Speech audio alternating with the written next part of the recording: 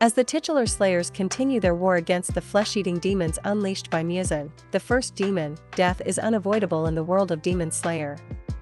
However, as the first on-screen death of a Hashira in the series, Kyojuro Rengoku's death in Demonslayer, Mugen Train is particularly tragic.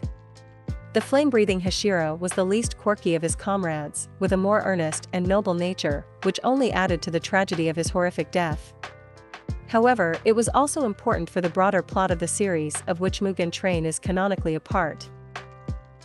Depending on how well a character has been accepted by the audience, the tale may require that they meet their end. The Hashira was doomed by Rengoku's bond with the protagonist, Tanjiro. After all, Demonslayer is Tanjiro's story, and keeping Rengoku as his tutor was a little too convenient.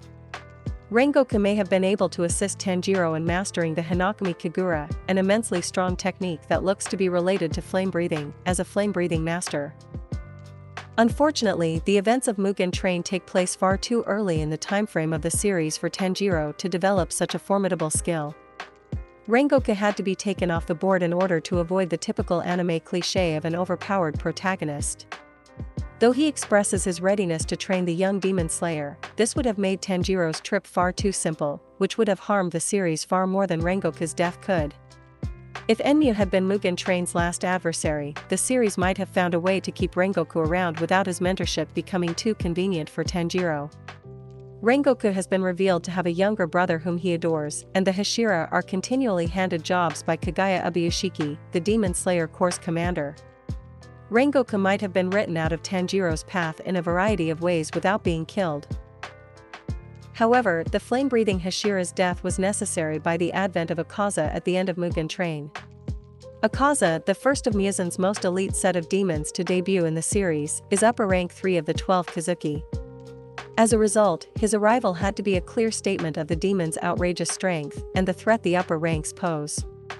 If Rengoku had won or even survived this battle, it would have harmed the surviving upper ranks and even Muzan's credibility.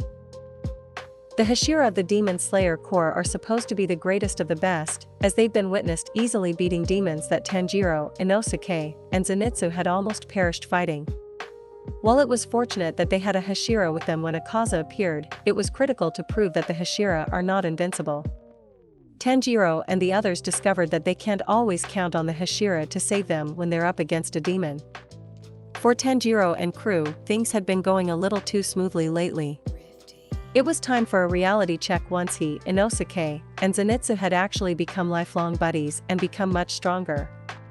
Rengoku's death gave the trio's new desire to not just grow as a team, but also as individuals, since that they are carrying Rengoku's legacy.